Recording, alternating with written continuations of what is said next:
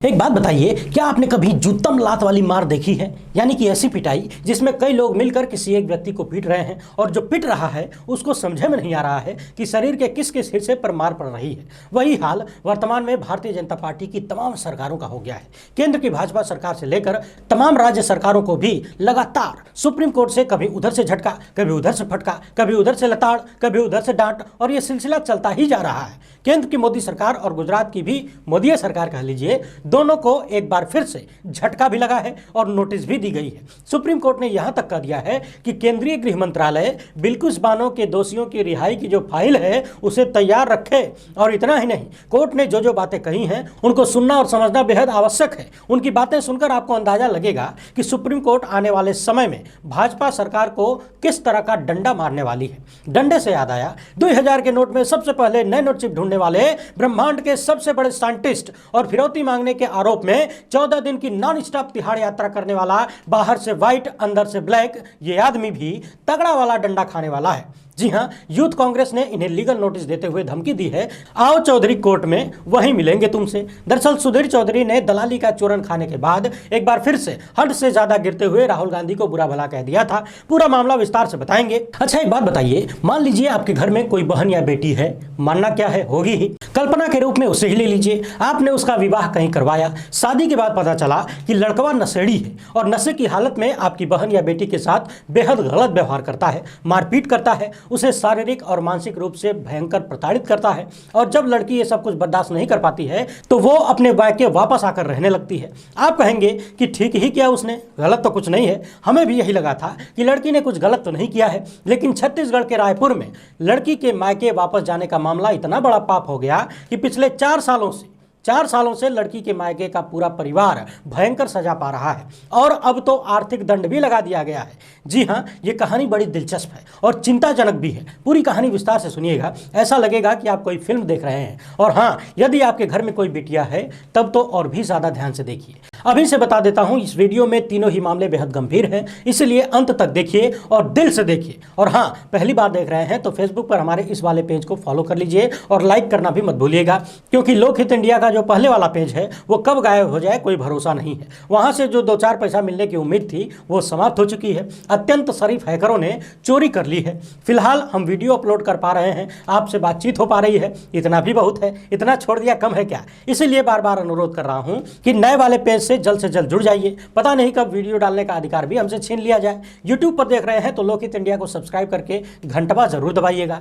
देश को गोदी मीडिया के जहरीले प्रकोप से बचाने और आम आदमी की आवाज को बुलंद करने में यदि आप हमारा सहयोग करना चाहें तो इस QR कोड या फिर इस मोबाइल नंबर का प्रयोग करते हुए हमारी आर्थिक सहायता करने का प्रयास करें। बहुत बहुत धन्यवाद। सबसे पहले भारतीय जाति व्यवस्था और पितृसत्तात्मक व्यवस्था का एक नमूना देखते जाइए, जिसने पिछले 4 साल से एक परिवार की जिंदगी तबाह कर रखी है। इसके बाद हाथरस के मामले पर सुप्रीम कोर्ट की जबरदस्त टिप्पणी सुनाएंगे और फिर 2000 की नोट को फाड़कर नैनो चिप ढूंढने का प्रयास करेंगे। छत्तीसगढ़ के रायपुर के खखोरा थाना अंतर्गत नीलेजा गांव में गणेश साहू पुत्र खेमू साहू का परिवार रहता है। साल 2016 में उन्होंने अपनी बहन की शादी करवाई थी। पति शराबी निकला और बहन को जबरदस्त तरीके से प्रताड़ित करता था, मारपीट करता था। इसके बाद लड़की मायके आकर रहने लगी। साल 2018 में परिवार वालों को बुलाकर साहू समाज के लोगों ने दबाव बनाया कि अपनी बेटी को ससुराल भेज दो, लेकिन वो बिटिया ससुराल जाने को तैयार नहीं हुई। आखिर कौन महिला होगी जो मार खाने के लिए ससुराल जाना चाहेगी? अब ये बात साहू समाज को अच्छी नहीं लगी और उस समाज ने इस परिवार का बहिष्कार कर दिया और कह दिया कि जब तक तलाक नहीं होगा तुम्हारा परिवार इस समाज से बाहर रहेगा, बहिष्कृत रहेगा। यानी कि सारे नाते रिश्तेदार अब आपसे कोई बातचीत नहीं करेंगे, किसी भी तरीके के समारोह में आपको बुलाया नहीं जाएगा, कोई संबंध नहीं रह जाएगा। कई साल के बाद 16 जनवरी 2023 को उस लड़की का तलाक हो जाता है। तलाक के बाद लड़की का परिवार पुनः साहू समाज के पास जाता है और बताता है कि देखिए लड़की का तलाक हो गया है, अब हमारा बहिष्कार खत्म करवा दीजिए। अब परिवार का आरोप है कि समाज प्रमुखों ने इस पीड़ित परिवार पर 25,000 का जुर्माना लगा दिया है। माफ करिएगा, पीड़ित परिवार नहीं, उस समाज के अनुसार तो ये दोषी परिवार हुआ ना, क्योंकि पहले ही 4 साल के बहिष्कार की सजा इन्हें मिल चुकी है और उसके बाद अब 25,000 का आर्थिक दंड भी है। और मुझे जहां तक जानकारी है कि आर्थिक दंड और सजा तो दोषी को ही मिलता है, पीड़ित को तो न्याय और हर्जाना दिया जाता है।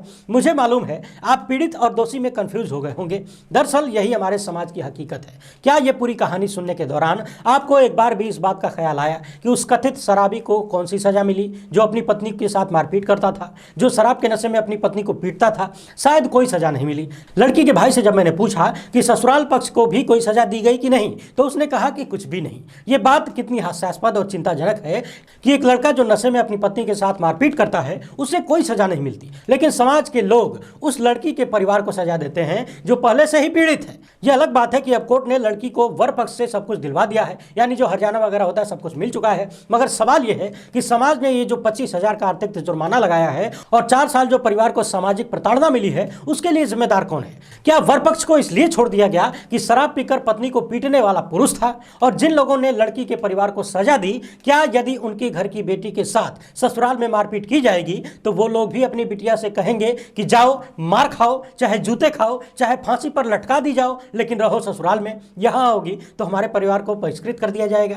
शायद यही सामाजिक दबाव है जिसकी वजह से आज भी हमारे देश में तमाम सारी महिलाएं बहुत सारी प्रताड़ना झेलने के बावजूद अपने ससुराल में रहने को मजबूर होती हैं। बाकी पितृसत्तात्मक व्यवस्था किस तरह से हावी है यह बताने की जरूरत तो नहीं है, और हावी होगी भी क्यों नहीं, क्योंकि खुद महिलाओं ने इसको स्वीकार कर लिया है कि यही हमारी तकदीर है, ईश्वर ने हमें ऐसे ही रहने के लिए बनाकर भेजा है। लड़की के भाई ने स्थानीय कलेक्टर के यहाँ शिकायत की है। समाज द्वारा 25,000 के जुर्माने को लेकर अभी तक कोई कार्यवाही नहीं हुई है। लड़की के भाई के अनुरोध पर हमने ये पूरा मामला आपके सामने रखा है। आप इस बारे में क्या सोचते हैं कृपया कमेंट बॉक्स में जरूर बताएं। यहाँ एक बात मैं और कहना चाहूंगा, हर बार महिलाएं ही पीड़ित नहीं होती हैं। हमारे समाज में बहुत सारे ऐसे पुरुष भी हैं जो पत्नी पीड़ित हैं और कुछ कर नहीं पाते, और वे लोग इस बात को लेकर नाराज भी रहते हैं कि आप हमेशा महिला अधिकारों की बात करते हैं लेकिन पुरुष अधिकारों की बात नहीं करते हैं। ऐसा नहीं है, पुरुषों से हमारी कोई खुन्नस नहीं है। बात बस इतनी सी है कि महिलाएं हमारे समाज में ज्यादा पीड़ित हैं, उनकी संख्या जरूरत से ज्यादा है, इसलिए उनकी चर्चा ज्यादा होती है। गुजरात की बिल्किस बानो का मामला तो आपको याद ही होगा। 3 मार्च 2002 को 21 साल की बिल्किस के परिवार में इनके अलावा उनकी 3.5 साल की बेटी और अन्य 15 सदस्य भी थे। इन लोगों पर तलवार, हंसिया और अन्य हथियारों से 25 से 30 लोगों ने हमला बोल दिया। इस हमले में परिवार के 17 में से 7 सदस्यों की मौत हो गई, जबकि 6 लोग गायब हो गए और केवल 3 लोगों की जान बची थी। इस मामले में उम्र कैद की सजा काट रहे 11 दोषियों को 15 अगस्त 2022 को गुजरात की भाजपा सरकार ने समय से पहले रिहा कर दिया। उधर प्रधानमंत्री जी लाल किले पर महिला अधिकारों की बात कर रहे थे, महिला सुरक्षा की बात कर रहे थे, और इधर बलात्कार के दोषियों को रिहा किया जा रहा था समय से पहले। आरोप यह भी लगे कि गुजरात चुनाव से पहले केंद्र और गुजरात की भाजपा सरकार ने मिलजुल कर यह सब कुछ किया है। बाद में बिल्किस बानो और उनके परिवार ने भाजपा सरकार के इस फैसले पर हैरानी जताई और दुख भी जताया, और इसे लेकर सुप्रीम कोर्ट पहुंचे और सुप्रीम कोर्ट से शिकायत की कि दोषियों की समय से पहले रिहाई न केवल मेरे लिए, मेरी बड़ी हो चुकी बेटियों के लिए और मेरे परिवार के लिए, बल्कि राष्ट्रीय और अंतर्राष्ट्रीय स्तर पर पूरे समाज के लिए एक झटका है। आपको बता दें कि इन 11 दोषियों को जब रिहा किया गया था तो बाकायदा गाजे बाजे के साथ उनका स्वागत हुआ, फूल माला पहनाया गया और लड्डू खिलाए गए। ऐसा लग रहा था मानो ये लोग पाकिस्तान अधिकृत कश्मीर को छुड़ा लाए हैं या फिर चीन द्वारा भारत की कब्जाई हुई जमीन वापस लेकर आए हों। इसके साथ ही बिल्किस बानो ने इस मामले में और भी बहुत सारी बातें सुप्रीम कोर्ट से कही। वहीं इस बीच दोषियों ने भी सुप्रीम कोर्ट से गुहार लगाई कि बिल्किस बानो की जनहित याचिकाओं पर सुनवाई न की जाए, लेकिन सुप्रीम कोर्ट ने उसे ठुकरा दिया। यानी जो दोषी हैं उनकी बातों को सुनने से सुप्रीम कोर्ट मना कर दिया और कहा कि बिल्किस की याचिका को मुख्य याचिका मानकर सभी 5 जनहित याचिकाओं पर सुनवाई करेगा। और आज जब सुनवाई हुई तो जस्टिस KM जोसेफ और BV नागरत्ना की डिवीजन बेंच ने बड़ा दखल दे दिया है और कहा कि यह अपराध बहुत ही भयावह है। इसके साथ ही कोर्ट ने बिल्किस बानो की याचिका पर केंद्र सरकार, गुजरात की सरकार और सभी दोषियों को जिन्हें समय से पहले रिहा किया गया था उन सबको नोटिस जारी किया है। इसके साथ ही सुप्रीम कोर्ट ने केंद्रीय गृह मंत्रालय को सभी दोषियों की रिहाई की अनुमति से संबंधित जो फाइल है कहा है कि उसको तैयार रखो। यह तय करेगा कि सजा में छूट पर फैसला लेने के लिए उपयुक्त अधिकारी कौन है। अदालत सब कुछ तय करेगी या फिर गुजरात या फिर महाराष्ट्र। आपको बता दें कि सुप्रीम कोर्ट के नए वाले चीफ जस्टिस DY चंद्रचूड़ ने पहले ही कहा था कि बिल्किस बानो के मामले में विस्तृत जांच करेंगे और इसके लिए उन्होंने खुद जजों की बेंच भी तैयार की। आज सुप्रीम कोर्ट ने जिस तरह से तल्ख टिप्पणी की है, निश्चित ही उसे सुनकर बिल्किस बानो के दोषियों और उन्हें रिहा करने वाले लोगों की नींद उड़ गई होगी। पिछली वीडियो में हमने दिखाया था कि किस तरह से बिल्किस बानो का दोषी बीजेपी के सांसद और विधायकों के साथ मंच पर बैठा हुआ है और यह भी बताया था कि यह सिर्फ भारत में और बीजेपी की सत्ता रहते हुए ही संभव है।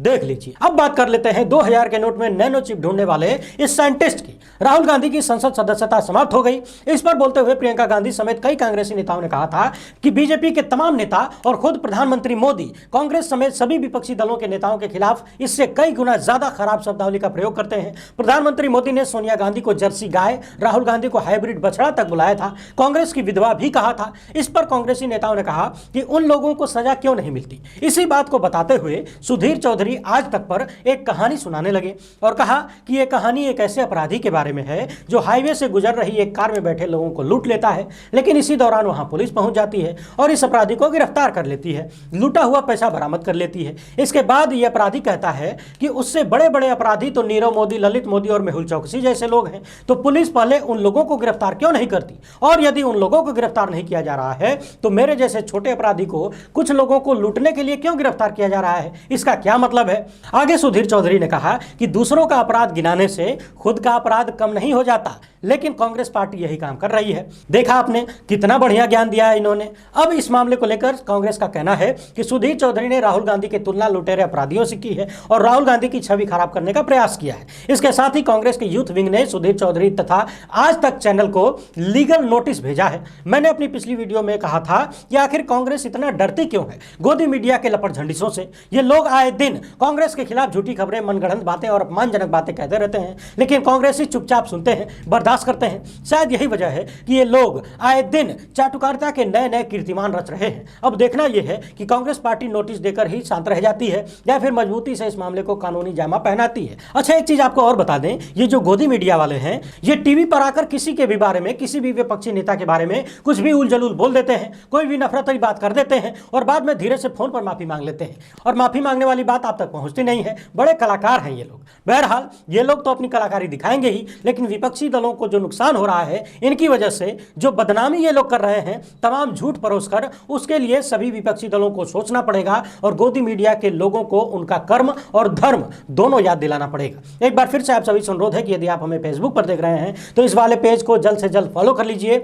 वीडियो अच्छी लगी हो तो ज्यादा से ज्यादा लोगों तक पहुंचाने का प्रयास करें। हमसे जुड़ने के लिए बहुत बहुत धन्यवाद। जय हिंद।